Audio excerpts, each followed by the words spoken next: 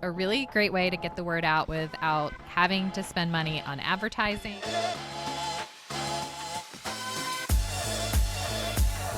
Hey, Photo BFFs, and welcome back to The Edit. I'm Amanda from Seattle. And I'm Whitney from Minneapolis. And today, before we get started, I first want to say, Whitney, I love your headband. I totally recognize Sally on the side there. This is Sally, and we are recording right around Christmas. There's actually snow outside my window.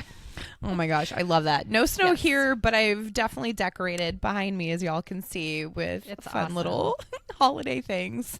Yes. So, and my son is a big Nightmare Before Christmas fan. Oh, So seriously? Oh, I love it cool. too. So I don't think I saw it for the first time until maybe like 10 years ago. I'm going to go with like 10 years ago. Yeah. And I finally got my girls to watch it this last year and they liked it, which was wonderful. Yay. Yay. It's so cool. Oh, love it. Okay. Well, today we are talking about a subject that is one of the most searched questions on Google, which is how to start a photography business with no money. Okay, so this was a really fun episode to create because it really forced Whitney and I to think creatively. Yes. So we each decided to come up with our own plan. And this episode is part one, where Amanda is going to share with me what her plan would be. And I am already excited to hear how you tackle this. Yeah. So I went like with one little step. I decided that anybody that's probably starting out likely has a phone already and likely has a laptop or a computer. So I didn't exactly start with no money, but I started with a very basic thing. So I'm assuming there's no camera. We're going to go with that. So first I'd find a friend that is willing to let you borrow their camera in exchange for taking their family's portraits. One of the big things here is you're going to want to make sure that they sign a model release, which will let you use the images for marketing. And kind of a bonus here is if that friend is willing to take some behind the scenes footage of you while you're photographing, that would be great because then you can have some extra social media content in addition to the images that you are creating. Oh, I love that because behind the scenes content is so engaging for potential clients. And I think that would be just a really great way to start getting the momentum going. Exactly. Yeah.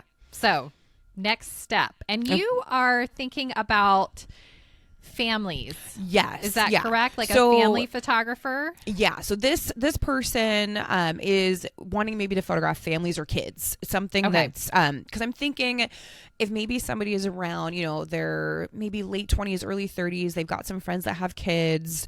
Those families a lot of the time really do want to have photos. So I think that you would be in a good position to ask around and have them be willing to let you photograph them and use them for your portfolio. Perfect. So that's kind of where I was at with this, with this frame of mind for this potential scenario. Yes. Yes. So after that first person is done, you're going to want to repeat that process with a couple more friends. If that initial first friend lets you use their camera the whole time, great. If you need to borrow a camera from the next family, awesome. Like the nice thing is they're friends. So you're not going to feel like you're putting somebody out or asking something. It's like a win-win situation where you get to be using their camera for creating your portfolio and they get to have some updated images of their family. Love it. So yeah, it's kind of like your launch pad. Yes. Yes. Okay. So you've got all these photos and what comes next? What are you going to do with the photos you take? Okay. So this is where that whole assuming that somebody has a computer or a laptop already and you're not having to spend any money on buying one. There are some awesome zero budget options for not downloading, for editing and retouching your images. I actually went on Reddit to figure out what the Reddit audience really recommended, since I don't personally have any I've never used either of these products and I wasn't sure where to go with this. So Darktable and GIMP were the two that people very overwhelmingly recommended, and they're both free that you can download. So that's where I would go from there if I had zero budget. So once the photos are all polished, then it's time to build your brand. And for this one, another free amazing option, which actually I use the free version still too, is the free version of Canva. And there are a ton of different templates in there. So you can create a really simple logo without having to spend any money on hiring somebody yet. You can create a price list, which I think is also going to be really important for the step that I have after this. Okay. And then you're going to want to create all your social media content on there. There are, again, so many templates that you can use so that you can make your social engagement just really appeal to a lot of different people. That behind the scenes footage that you're getting from that friend is going to be really helpful in here as well. And Canva is super user friendly. It's drag and drop. I wish that it was around when I first started because the learning curve on Photoshop was so steep for me. Yes. So this is a really great option. And again, it is free. And with all the templates and everything, it makes your business already look professional. Yep. Love it. Yes. And I love Canva as well. So even if you don't have to do anything free, it's still a great resource. Exactly. Yep. Yes. Yep. Okay. So you've got a name, you've got a logo, some visuals. What's next? Okay. So after you post those onto your social media channels, whichever ones you've decided to go with, those are all going to be free options as well. You don't have to pay for any verified blue check marks or anything. You can go on there and have all that set. That's going to be your online portfolio for people to check out. So then it's time to announce your business. So you're going to post all that stuff. And then the important part is you're going to reach out to friends and family. And for me, that is it's going to be easier to get business from people that already know you versus trying to have strangers find you through social media. Yes. So contact those friends and family. Tell them you have started a family photography business. You're going to share your social media links with them and ask them to follow and engage with your posts. And then what I would do is I would offer them some sort of referral bonus for sharing your info with their friends. And that could be anything from, hey, for every 3 friends that come book me, you get a free session. Or maybe it's, you get an additional 10 digital images free. It can be something, I would stick to something that won't cost you any money. So adding additional digital images or doing a session won't necessarily cost you money to do that. Yep. Oh, that's a really great way to get the word out without having to spend money on advertising. So now you need somebody writes you and they're like, okay, I want to book a session. I've seen all of this. What's next? What do I do next? Okay, so this was where I kind of got hung up. I wasn't sure exactly where to go from here. However, you were on Threads and you posted like, hey, everybody, we're going to be doing this episode if anybody has any ideas. And I want to make sure I get her name right. I wrote it down here. Photograph Kathy on Threads. She was the one who gave this suggestion, and I think it is brilliant, so I'm using it for my scenario. Yes. So when someone wants to book you for a session, take a prepayment, and she said with no refund on cancellation, which I was like, that is genius. You can then have some money coming into you. I'm going to throw out there that I think Venmo is a really great option for somebody starting out because there's no fees associated with that. So you will be getting that whole dollar amount. You won't have to be setting any aside. And also, I'm going to throw in here too, because you don't have a business license yet, I don't know legally how much of this you are supposed to be doing. So this would be kind of your best option, is have a personal Venmo and have somebody Venmo you for that. Yep. Yeah, especially if you're starting out and you're not making a lot of money yet. Yes. So what's the plan with the money that you get? So this is where that business license comes in. Literally the very first thing I would do with that money that has come in is to get a business license, because I am somebody who is a rule follower. I very firmly believe that that is something that you need to do so it doesn't come back to bite you later on. So first thing, register your business and pay for a business license. Great. In the state of Washington, when I renew mine every year, it's about $70. And I think when I just paid for my initial one, it was like $95. So it's under $100, which is great. I'm pretty sure it still is. Again, every state is different, so you'll have to check with your own state on that one. But then with the remaining funds, because you still don't have a camera, I'm going to assume that your friend, because you're not photographing for them, won't let you use their camera. So So you're going to want to rent a lens and a camera for the session with the rest of that money that has come in. Oh, that's great. And what do you think, what should they rent? Can you give us some examples of what you think a good starting rental camera and lenses? Yes, definitely. I'm going to give a shout out to my favorite rental place in the Seattle area, which is Glazier's. I use them now to rent lenses if I want to test some stuff out. I went on their website last night and I looked up basically I looked at all their cameras and figured out what was one of the cheapest camera options and what was one of the cheapest lens options. So when you're working with families, you got to be careful of the lens that you end up selecting. I went with a 50 millimeter on this one because that's a really standard lens, and it's cheaper to rent that than other lenses. So I'm going to refer to my notes here so I don't get this wrong. So as of yesterday at Glazier's, you can rent a Canon R8 mirrorless for $75 a day and an RF 50 millimeter 1.2 lens for $40 a day.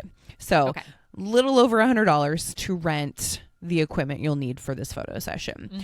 And then obviously if you're not in the Seattle area, then online might be your best option if you don't have a local place to rent from. One of my friends who dabbles in photography and likes to try a bunch of stuff out, she recommended lensrental.com. And she said that there are a lot of different options that they have camera wise for lenses, for even like tripods and flashes.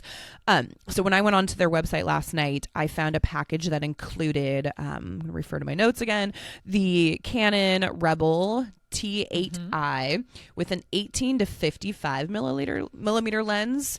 That was like a package deal that they had, and that rented for $95 for 7 days. Man. Yeah. Yes. So really good option. The nice thing is with that 7-day rental, if you can make it work, do 1 or 2 families within that week. That way you're really maximizing the amount of, basically maximizing the amount that you'll be able to use the equipment for the smallest amount of money that you'll be spending. Yep. And that actually would be a good way or a good time to do mini sessions. If you could schedule that, you could get in a lot of mini sessions, and then you could even sell them additional products. So you really could build up a really nice fund to start going towards your business. Yes. And I have used lensrental.com. Oh, you have? Great. Okay, cool. Yes, they are great.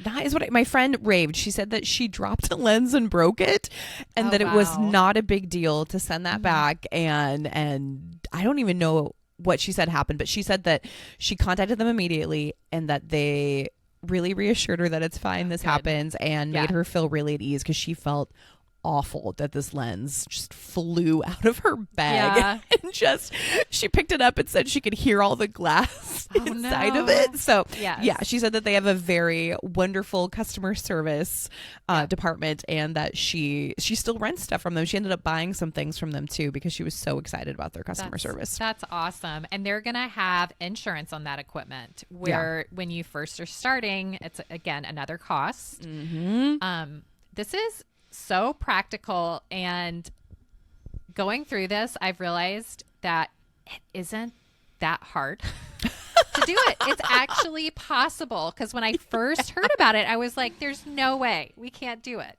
Exactly. So you have come up with a really great plan. Yeah, thank you. I mean, really, like, take it one step at a time, right? Yes. Like, you don't have to do everything all at once. You start small by borrowing that camera, the couple of free sessions, and then once you have that money, then you can start investing in your business and growing it. And really basically the big thing is to just keep moving forward and keep going with it. If it's something that you love and you're passionate about, just keep going for it. Love it.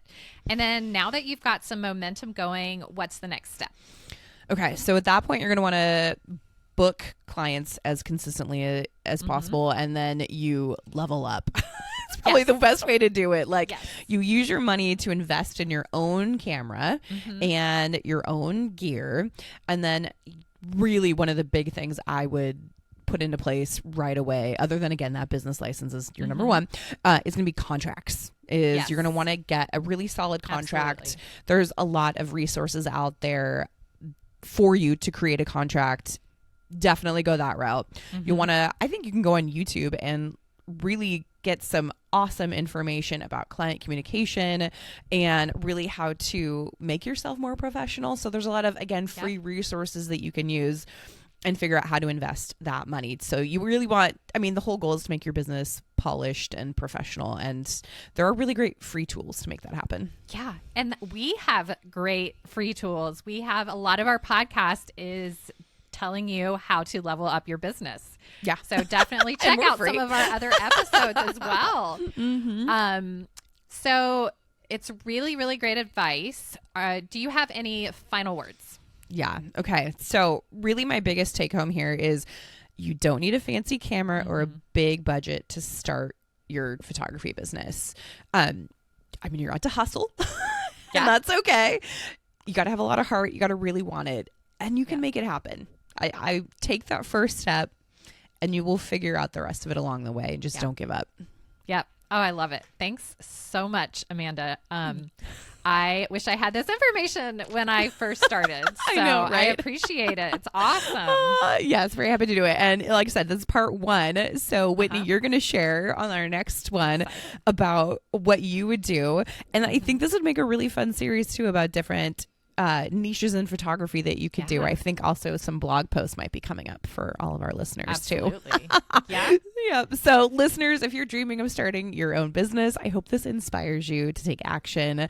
And don't forget to subscribe and follow The Edit. And we can't wait to see you next time with more fun and practical tips for beginning photographers. Yeah. Bye, everyone. Bye. See you next time. Okay, Photo BFFs, if you have not subscribed, do that right now so you never miss a new episode. You can also find us at theeditweekly.com where we have free resources and downloads for you to help grow your photo business.